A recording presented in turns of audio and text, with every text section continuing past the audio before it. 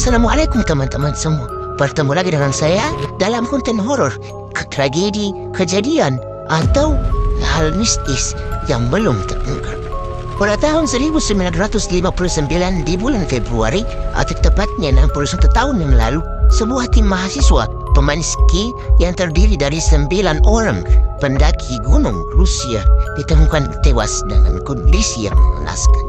Pada puncak peranding di tengah musim dingin pula, sekelompok yang mulai terdiri dari 10 mahasiswa dan didampingi Igor Dyatlov berangkat dalam perjalanan ke pegunungan yang membelah Eropa dan Asia. Semua mahasiswa itu adalah pemain ski yang berpengalaman, olahragawan muda dan mudi dari Institut Politeknik Ural di Yekaterinburg, Rusia, atau saat itu masih bernama di era Soviet, dan mereka juga ditemani oleh seorang pemandu olahraga yang pernah berperan di Perang Dunia Kedua bernama Zolotaryov. Perjalanan mereka dapat diselidiki oleh investigasi melalui buku harian mereka, khususnya apa yang ditulis oleh Lyudmila Dubinina, juga dari foto-foto yang mereka ambil dari surat-surat yang mereka tulis. Para mahasiswa itu senang mengobrol dengan para penebang kayu di sekitar kompor hangat dan berdiskusi tentang film favorit mereka. Dina pun menulis catatan lain di buku hariannya.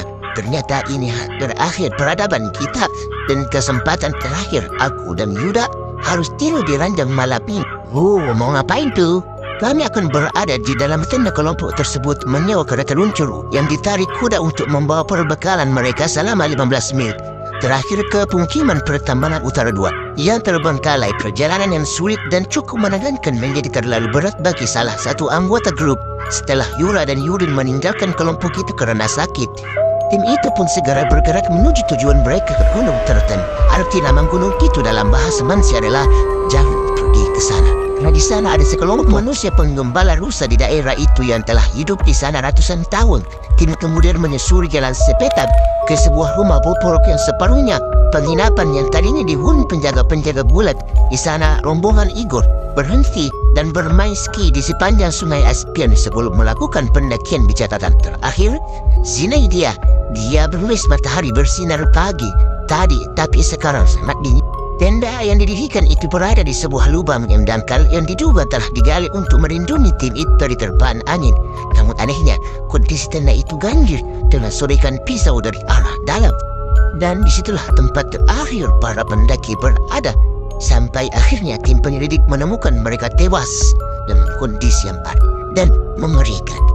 Pada tanggal 27 Februari, ketakutan terburuk yang terjadi ketika dia dan beberapa orang lain di suku penyelamat menemukan mayat pertama.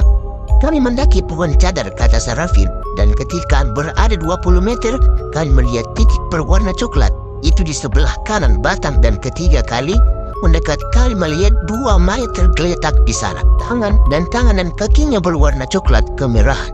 Mereka ditemukan tewas memiliki bagian dari jaring sendiri.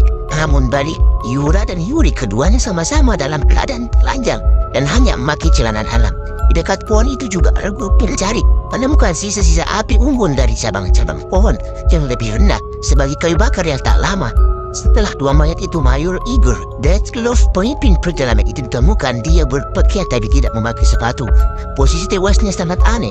Dia bertelungkup di salju memeluk cabang pohon priket. Sementara dekat Igor ada mayat Zinaida.